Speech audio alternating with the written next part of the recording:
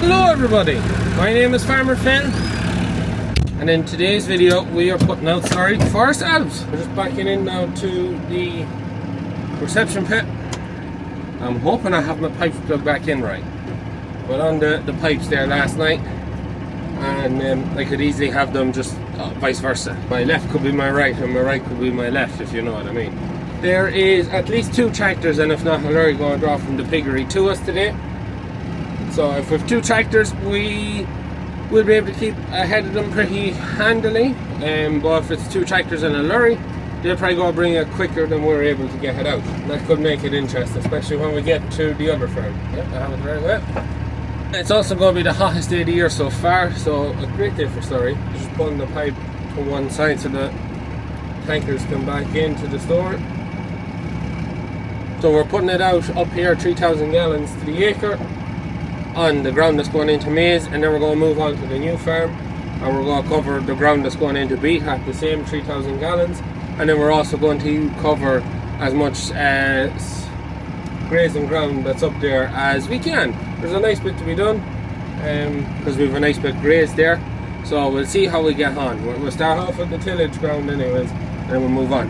We possibly might do a bit here of grass, I'm not sure.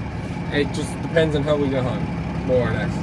First issue of the day is the wire that I have put up to keep Father Phil out. I never put a handle on it. Now we gotta go through it. Roll up my wire here now.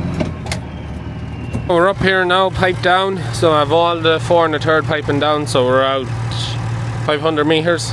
I'll need to put down more piping to the far side of the field. These are the shortest runs here. This field is like a triangle. So you have a short run here, and then once you get far trees over there, that's when you get into the long runs of the field. So it's going to be fun. About 2.5 hours, should get 45,000 gallons out on it. It should dry today, and then tomorrow we'll come in and incorporate it into the soil harrow. I know you'd usually plough it in, but with the wet weather that we've had, we were waiting for it to be a bit drier so that the slurry didn't go where it shouldn't be going, to keep it on the ground. So with the field being ploughed, it'll go into the ploughed ground rather than sitting on top of it and going somewhere it shouldn't. Anyways, we get spreading. We're tipping away here the alpinus. So one thing that we'll be doing this year with the maize, we want to do it last year but we didn't get doing it, but this year we're aiming to do it. We want to do a maize for the shop, for the farm shop. So what we're going to do, because it was suggested to us to plant the maize that way, then plant the maize that way with the plastic, so that you crisscross your rows so that you don't have runs down, to give it more of a denser, thicker feel to it. So rather than paying someone to sow it twice, what we're going to do, when we go to give it the last para harrowing, we're going to come up with the fertilizer spreader and shake a bag, maybe 2 across 5 acres. We're going to go in with 5 acres of a maize, and then that should give us a kind of a denser crop that you won't be able to look down rows. Or that's the theory. We may end up finding out that does not work, but that's what we're going to do. The only thing is it probably will affect the total crop growth on one end because it will be thicker. The plants probably won't be as big, probably won't be as much out. But we don't know either at the same time. It's going to be interesting to see and find out. The issue I'm having, because I dropped off my front reeler, I don't have any weight in the front, and on the plough ground she's inclined to just keep pushing me forward rather than turn. So turning is isn't over hectic currently. So hopefully we'll have a maize. Our intention for the year is sunflowers flowering about the 2nd week of July, running right through till the end of August, and then for September then at the weekends we'll have the maize, and then we'll have the pumpkins then for 3 weeks of October. That is our plans, that is our intentions, and yeah, we'll see how it works out. We are just at the far end of the field. Liv is just coming up for me, so I have the pipe stretched out, just putting on my next blue pipe, bring me up and finish it off. So Liv is just coming to pick me up, so we'll go back to the house there for a mug of coffee. Still no sign of any lorries drawn in or tankers or anything. So thankfully there was slurry in the store from the last time we were spreading, so we'd basically, I think it was about the half of the store was full of pig slurry. So we just about have enough to do the field. So, but when we go to the next farm, the new farm, we'll definitely need them drawn, so we'll have to see what the crack is when we finish up here. I go lift back with Liv, go have some coffee. I'm back spreading, and I've done my second radio interview with a third possibly for later on the Ray Darcy show, which that may or may not have gone ahead when you watch this. I don't know. I got told we're going to bring it forward and see whether they want to run with it or not. It's pretty mad, and all because there's an article in the Irish Mirror, I think it is, about us using the space hoppers in the capsule. And I didn't even know about it. I got the first call from a Midland 103 to say that they wanted to have me on, and then I found out and mad.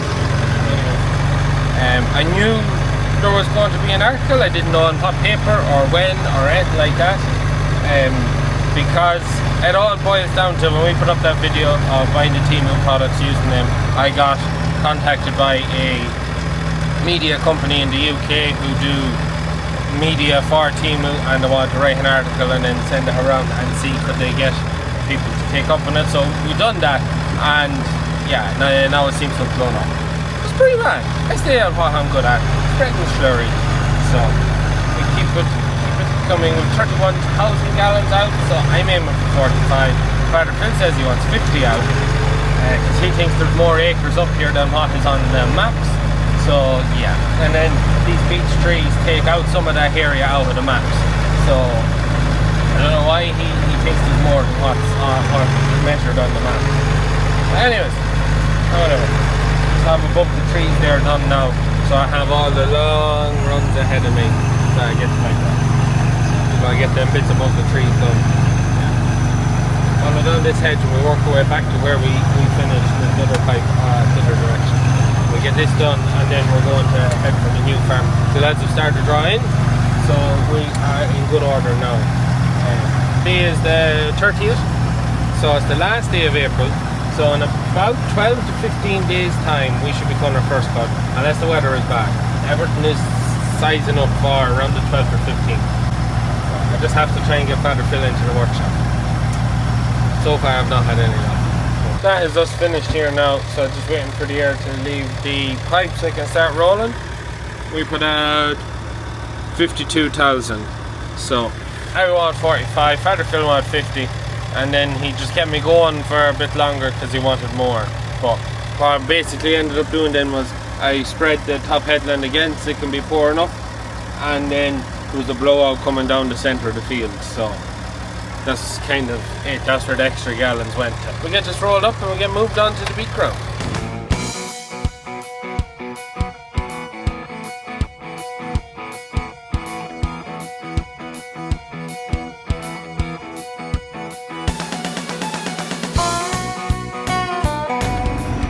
So we're going to start off by spreading this field here. So I actually got a bit of tanker work done and I spread just that side, which was a bit softer. I wanted to get done before the rain came, so just have this section up to do. And there's the Daewoo up there with Father Phil's puncture. I don't think there's any fear of him getting it fixed anytime soon. I could do it going, but however. So it is green, it has got its urea, so we'll get some slurry on it, get the P's and K's in it, and then we're going out to the beet field, which is just the field the other side of that again. We'll be crossing the road here to spread out of the new shed, so the new farm from the shed. So Father Phil is bringing up the ramps and cones and signs, and we're just going to pipe it across the road. We bought a new set of ramps this year because we have a few jobs where we'll be crossing back roads, and we used to use mats and that, and the mats would always be getting pulled. I just bought a set of new aluminium ramps, and pretty decent now. They are pretty decent. We'll throw the pipe to the hedge here, and we'll be ready for him whenever he gets this far.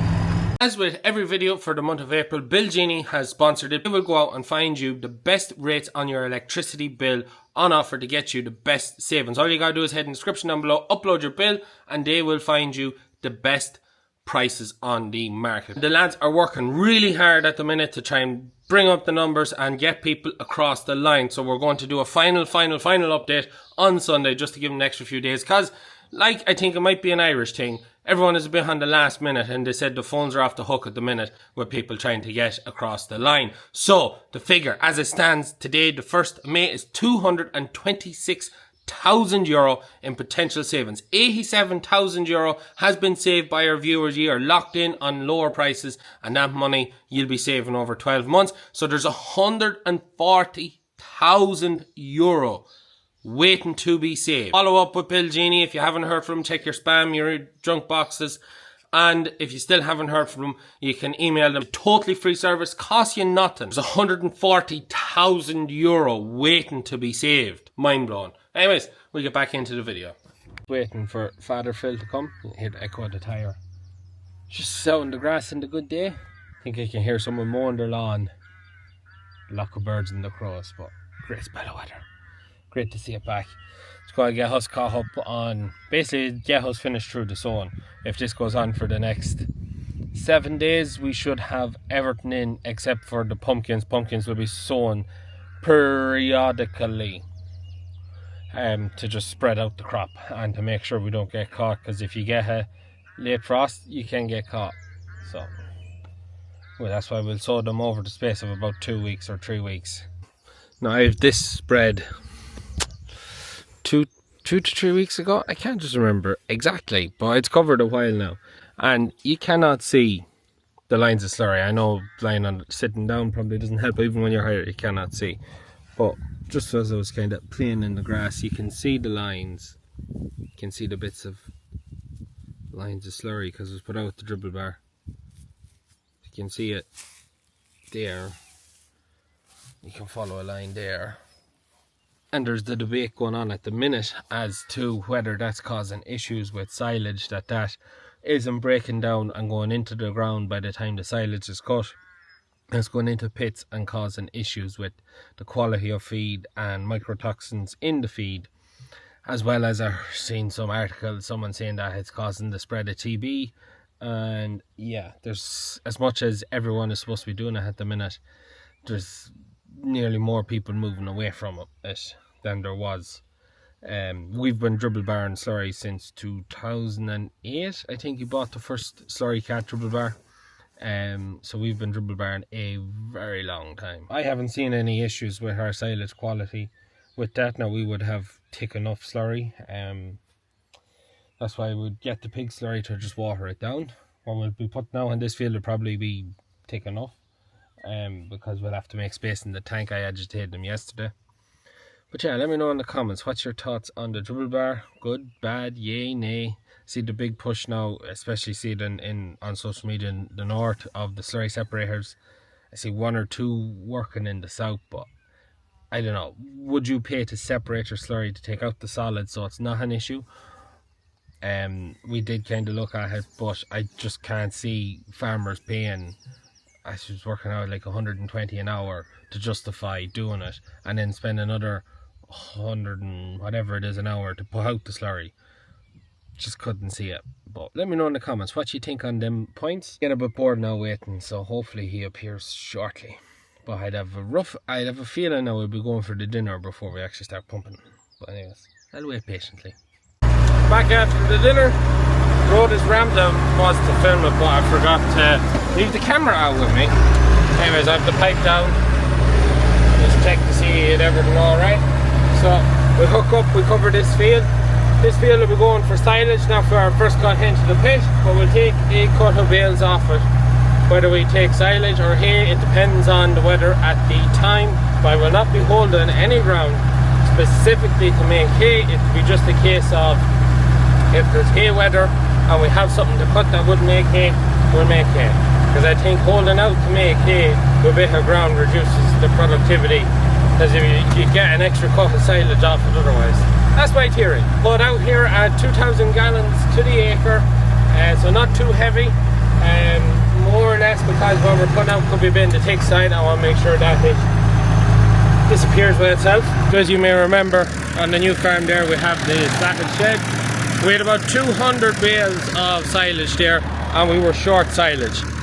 We could have done with 250 bales, I'd say. So we have to make sure we put in an extra 50 bales. There wasn't that we were short on silage, we just didn't have it in the format we would have liked. Right, we fall down, we get spreading. Oh, it is It's very hot. Also, you're just ready to start now. You'll notice I don't have my front bobbin on because I don't need it for where we are. I have enough on the back. That's one of the biggest advantages with that. We have it sorted now that I can drop it and take it off. Still, tractor can't lift it. It's just the capacity in the rams of the tractor just can't lift it. It's just simple as that. Nothing wrong with the machine. It's a tractor problem. That hopefully will get figured out. But the biggest advantage, I leave the bobbin at home so I can tip up the road, do whatever I need to do. I don't need to bring them with me. Super job. No, not yet anyways. I see it there coming across the field, so I can just see the pipe in the distance. Just at the pole there, coming up. We're getting serious flow there, 27,000. So you can see how fast I have to go to get out too. Yeah, that's grand. So it's actually coming out. I understand the word he's saying. So it's coming out more waterier than what I thought it was, so that's all the better. It'll soak into the ground rather than sit there. So yeah, happy out. Wasn't expecting it to just come out with water. Coming out not too bad now. So, but that is, we're taking from the tank that fills with water or has filled with water over the winter. I gave it a stir yesterday. Tank was full, so I only got whatever I got stirred. You couldn't really tell. But it doesn't look too bad. It's not pure water, but it's not too thick either, so it's grand. So we're spreading away. The tankers are drawn in there at the minute, so we are running on the pig. So happy days. So the way it will work, because what's in the tank is thicker as the pig slurry, which is usually very watery, very rich with nutrients, as it will suck that out primarily, but as it sucks that out, it's going to also take out some of the thick stuff, so it will thin the tank and take out some of the tank. So we get, now because the tank is fully agitated, I expect that it will probably take 2 goes of emptying it, backfilling it, agitating it to get it agitated, but we have all summer long to do it. We'll be doing it as we put silage, put in water, put in mixer, whatever, stir up, spread, and we'll just repeat the process. We have encountered a problem, as was basically explained when we put the cattle in. Because it's baled silage and the barriers weren't exactly keeping a lot of it out of the tank, or out of them pulling it in, there's a lot of silage in the tank and he's not able to pump it. We pumped 2,000 gallons, then we put in pig slurry, we pumped out the pig slurry, we've got 11,000 gallons out of the tank, and they would have put in, I think it's 2 4,000s or 4 and a 3.5 that's drawn. Maybe it's 4.5. Jeez, I can't remember. We can't get in and out of the tank, even though I've stirred the silage in the tank is giving them awful trouble. Even my hair is very much, you know, I'm sweating a lot, so the hair is standing. Means we are not going to get on the beet ground because we will not be able to afford to be waiting on the tankers to come, because it's just going to be too slow.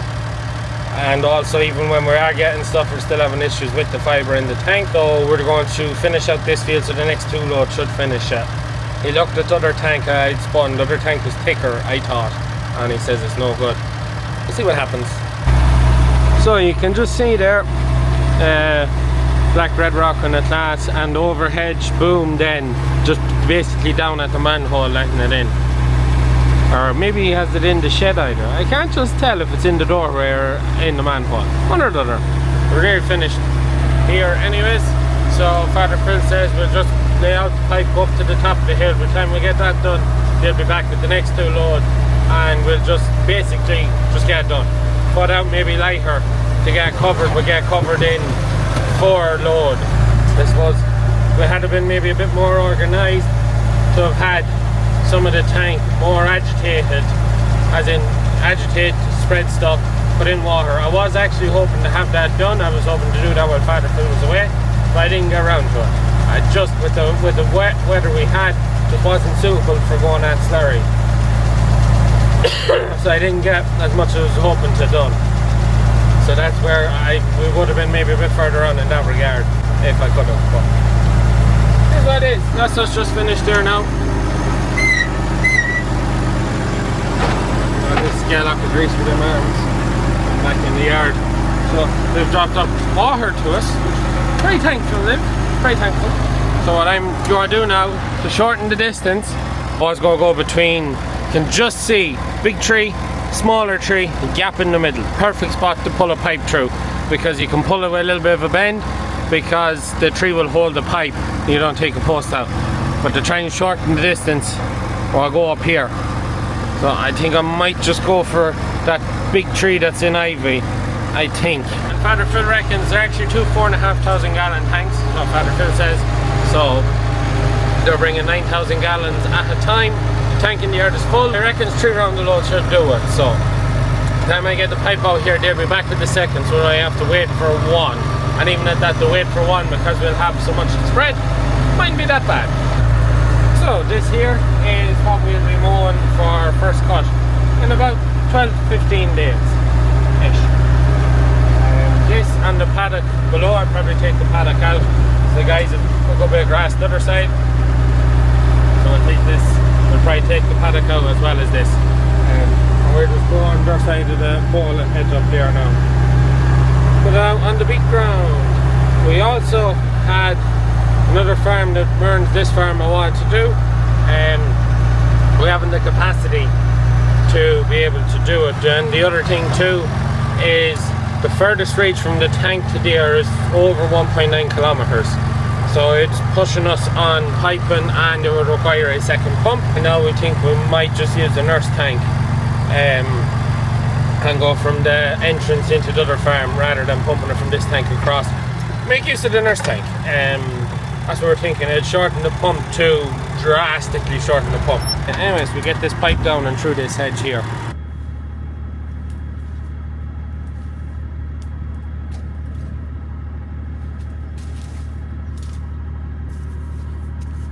Pull the pipe.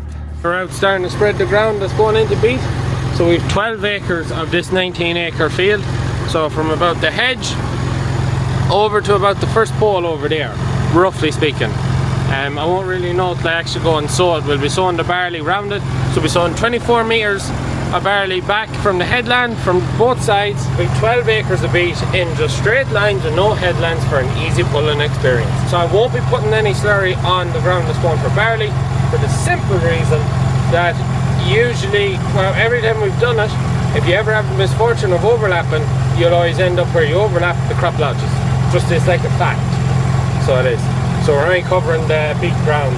And the reason for covering the beet and the maize ground with slurry is to provide those NP and K, nitrogen, phosphorus and potassium nutrients for the plant, have them in the ground ready for the plant to absorb when the plant starts to grow. We have also put out dung. Here, this got about 6 tonnes of dung to the acre. It was a load to the acre because there was a bit of a draw on it, and the dung spreader isn't big, that's about all it got. Whereas at home, it got a lot of dung to the acre for the maize. And beet and maize are two very hungry crops that require a lot of feeding to get the full potential out of them.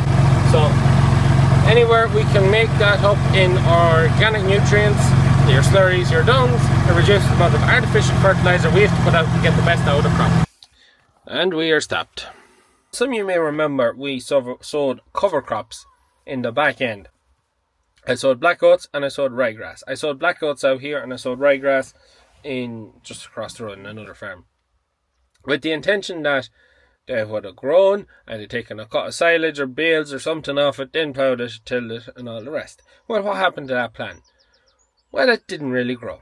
That was literally it. There was nothing to show. This field here, and I done the whole field in black oats. A nice little bit come up at the top headland. The rest of the field was bare. Nada. Not a thing grew. We've no idea why it didn't grow. Possibly the birds, there was crows out here for a long time after we saw them. We never really bothered doing anything about them. And maybe they fleeced the black oats out of it. And for the ryegrass, it was much of a muchness, only it grew a bit better. It wasn't actually coming too bad, but it was nowhere near cutting or anything, so we just ploughed it back in. Just have to wait about 20 minutes now for the lorries to come back to feed up. It's just annoying. When you have to wait, it's annoying. But it's our own doing because the tank wasn't in order, which should have been. Anyways, Father Phil kind of jumped this on me yesterday that we were going to go do this today. So there wasn't much time to be prepared. we're on the last 2 load being dropped in for today. And that's the pole I have to get to. It's about 3 runs from me.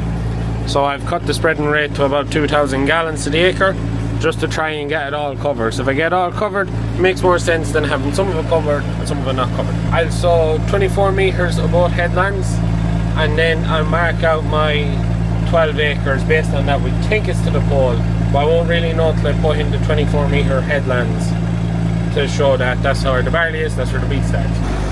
So we've literally just got past the pole with this run, so I'm going to do this run and then double back on myself quickly, back the way with whatever's left in the blowout. We get finished up, we get rolled up back to the yard. Brendan is harrowing away there at the minute with the 64A in the Lemkin, so he should have 20 acres ready to sow tomorrow, and then tomorrow he'll come up and harrow this out, so I'll be able to sow the barley here after I've sowed the barley in the other 2 spots, and then that's the barley done tomorrow.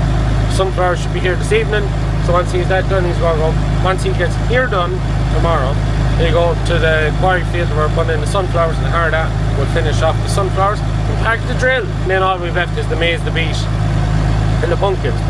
So 97,800. So there was 1,800 gallons in the pipe. So we'll straighten out the pipe, we'll get ready to roll. We'll roll this in 1, 2, 3 spits.